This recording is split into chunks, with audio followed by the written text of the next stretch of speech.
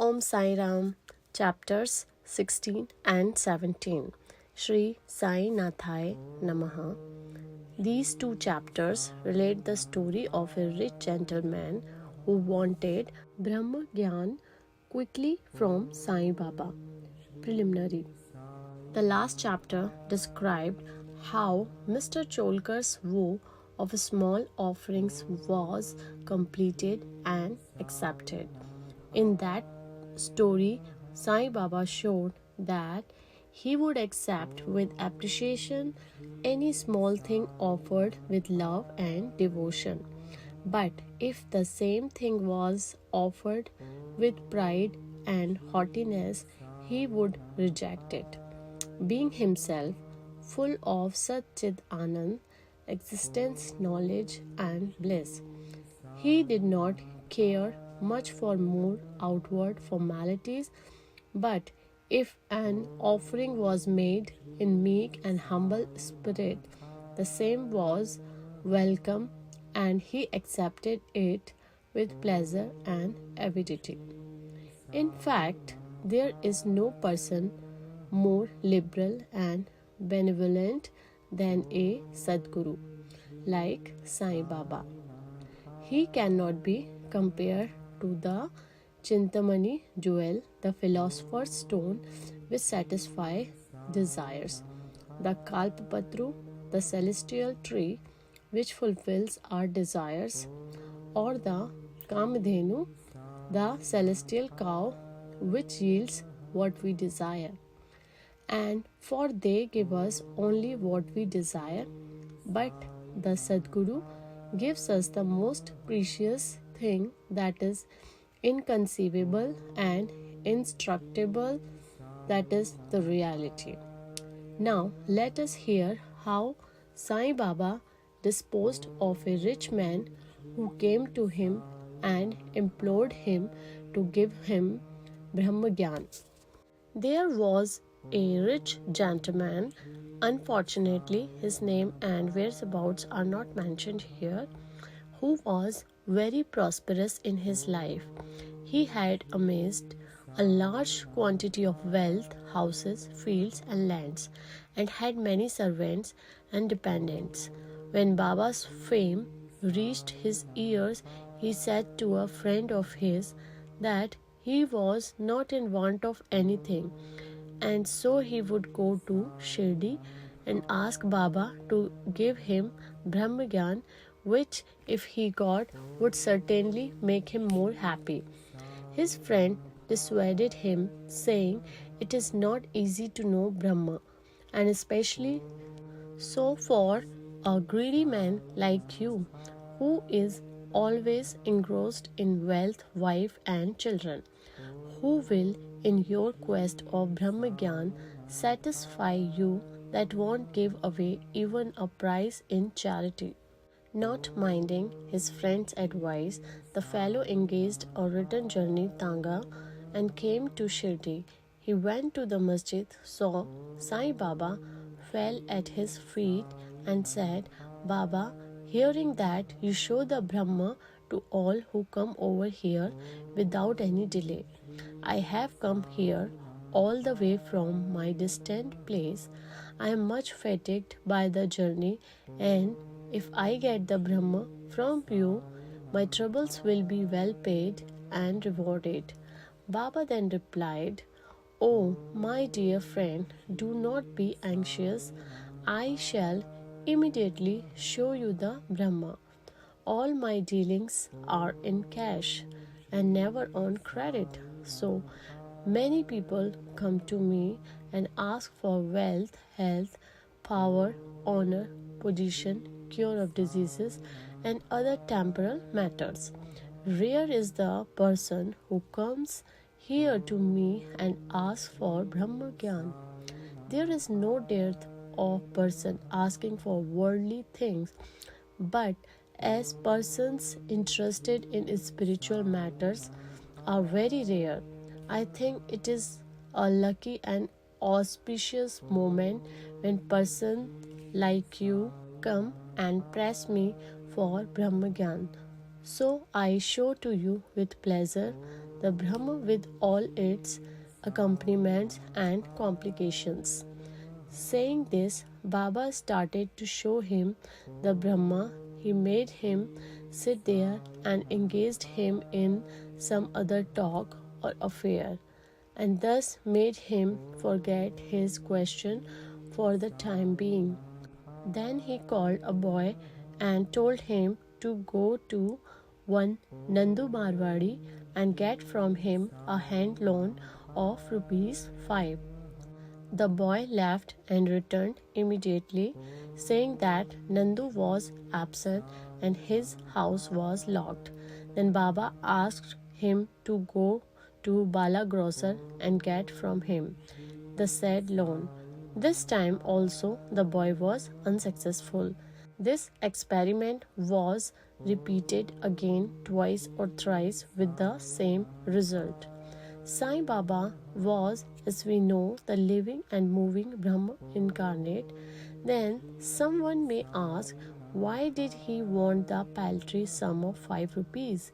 And why did he try hard to get it on loan? Really, he did not want the sum at all. He must have been fully knowing that Nandu and Bala were absent, and he seems to have adopted this procedure as a test for the seeker of Brahma. That gentleman had a roll or bundle of currency notes in his pocket, and he was really earnest. He would not have sat quiet and be a mere onlooker when Baba was desperately trying to get a small sum of rupees 5.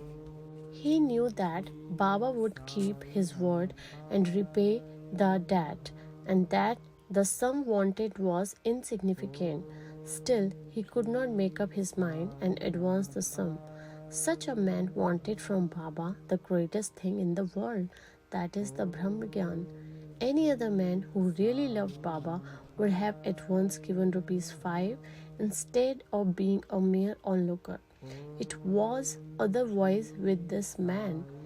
He advanced no money, nor did he sit silent, but began to be impatient, as he was in a haste to return and implored Baba, saying, "O Baba, please show me the Brahma soon." Baba replied, "Oh my dear friend, did you not understand all the procedure that I went through, sitting in this place for enabling you to see the Brahma? It is in short this: for seeing Brahma one has to give 5 things, that is, surrender 5 things. First, 5 prana, that is, vital forces. Second, 5 senses, 5 of action and 5 of perception. Third, mind. Fourth, intellect. And fifth, ego. This path of Brahma-Jnana, of self-realization, is as hard as to walk on the edge of a razor. Sai Baba then gave rather a long disclosure on the subject, the purport of which is given below. Qualifications for Brahma-Jnana or self-realization. All persons do not see or realize the Brahma in their lifetime.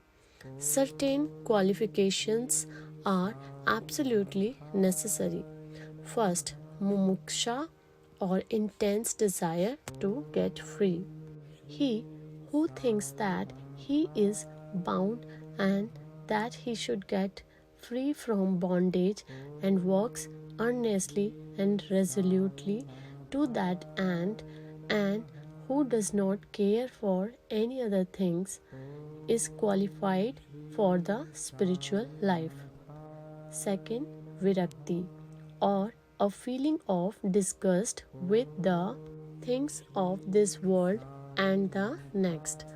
Unless a man feels disgusted with the things, emoluments, and honors which his action would bring in this world and the next, he has no right to enter into the spiritual realm. Third, antarmukhta, introversion. Our senses have been created by God with a tendency to move outward, and so man always looks outside himself and not inside.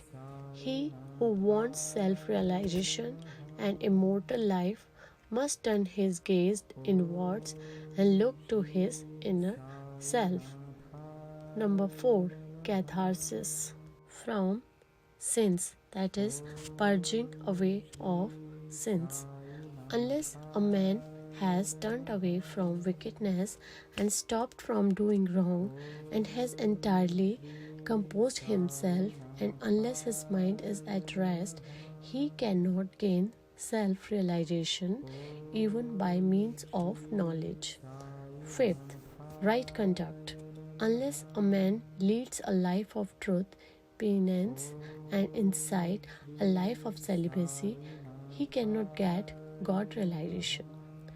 Preferring Shreyas, the good, to Preyas, the pleasant. There are two sorts of things, that is, the good and the pleasant.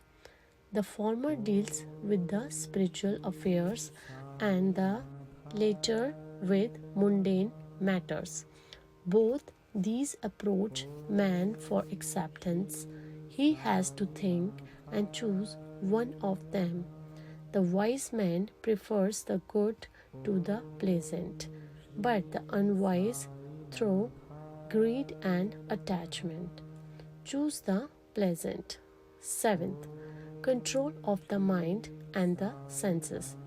The body is the chariot and the self is its master. Intellect is the charioteer and the mind is the reins. The senses are the horses and sense objects their paths. He who has no understanding and whose mind is unrestrained, his senses unmanageable, like the vicious horses of a charioteer, does not reach his destination, that is, get realization, but goes through the round of births and deaths. But he who has understanding and whose mind is restrained, his senses being under control, like the good horse of a charioteer, reaches that place, that is the state of self realization, when he is not born again. The man who has understanding as his charioteer, this guide, and is able to rein his mind, reaches the end of the journey, which is the supreme abode of the all-pervading, that is Vishnu Lord. And the number 8, purification of the mind. Unless a man discharges satisfactorily and disinterestedly the duties of his station in life, his mind will not be purified, and unless his mind is purified, he cannot get self-realization. It is only in the purified mind that viveka, discrimination between the unreal and the real, and vairagya, non-attachment to the unreal, crop up and lead on the self-realization. Unless egoism is dropped, greed got rid of, and the mind made desireless, that is pure, self-realization is not possible. The idea that I am the body is a great delusion, and attachment to this idea is the cause of bondage. Leave off this idea and attachment, therefore, if you want to get to the self-realization. Ninth, the necessity of a guru. The knowledge of the self is so subtle and mystic that no one could, by his own individual effort, ever hope to attain it.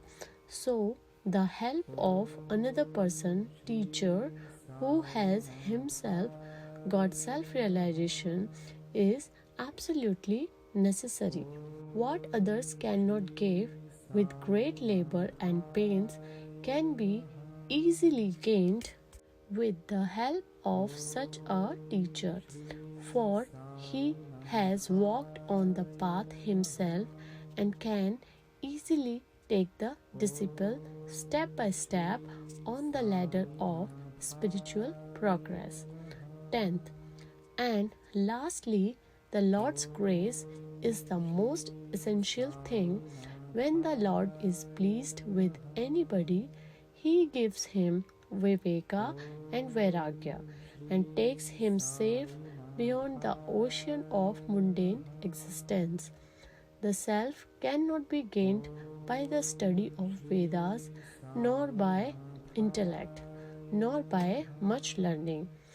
He whom the self chooses, by him it is gained. To him the self reveals its nature, says the Katha Upanishad. After the dissertation was over, Baba turned to the gentleman and said, "Well, sir, there is in your pocket the Brahma or Mammon in the form of 50 times 5 rupees. Please take that out." The gentleman took out from his pocket the bundle of currency notes and, to his great surprise, found on counting them that there were 25 notes of 10 rupees each. Seeing this omniscience of Baba, he was moved and fell at Baba's feet and craved for his blessings. Then Baba said to him, "Roll up your bundle of Brahma, that is currency notes, unless you get rid completely of your greed, you will not get the real Brahma." How can be whose mind is engrossed in wealth, progeny, and prosperity expect to know the Brahma without removing away his attachment for the same? The illusion of attachment or the love for money is a deep, eddy whirlpool of pain full of crocodiles in the form of conceit and jealousy. He who is desireless can alone cross this whirlpool. Greed and Brahma are as poles as under they are eternally opposed to each other.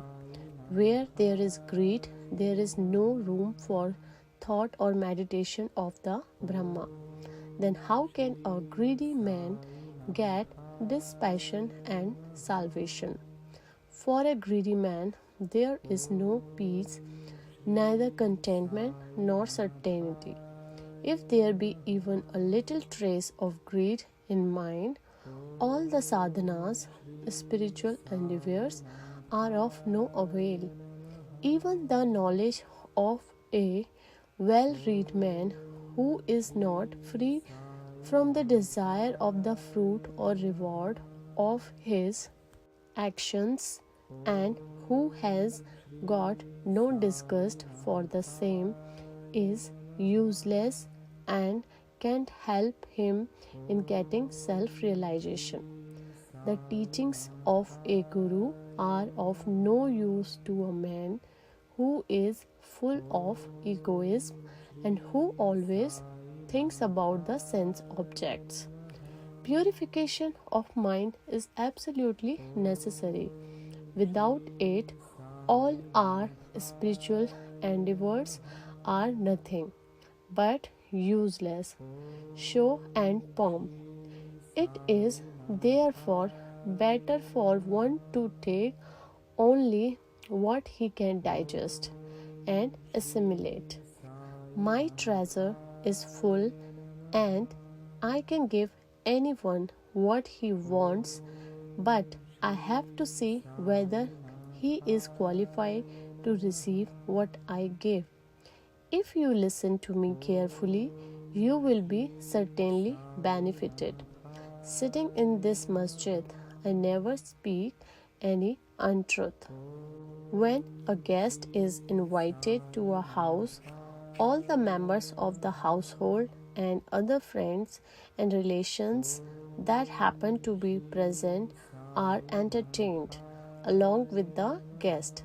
So, all those that were present in the masjid at this time could partake of the spiritual feast that was served by Baba for the rich gentleman.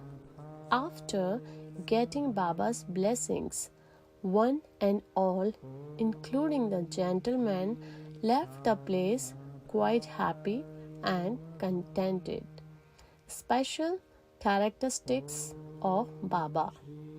There are many saints who, leaving their houses, stay in forest, caves, or hermitages, and remaining in solitude, try to get liberation or salvation for themselves. They do not care for other people and are always self-absorbed. Sai Baba was not of such a type. He had no home, no wife, no pregnancy, nor any relations, near or distant. Still, he lived in the world society. He begged his bread from 4 or 5 houses, always lived at the foot of the neem tree, carried on worldly dealings, and taught all the people how to act and behave in this world. Rare are the sadhus and saints who, after attaining God vision, strive for the welfare of the people. Sai Baba was the foremost of these, and therefore says Hemad Pant, blessed is the country, blessed is the family, and blessed are the parents where this extraordinary, transcendent, precious, and pure jewel Sai Baba was born. Om Namo Shri Sai Nathaya Namaha. End of chapters 16 and 17. Bow to Shri Sai, peace be to all. Om Sai Ram.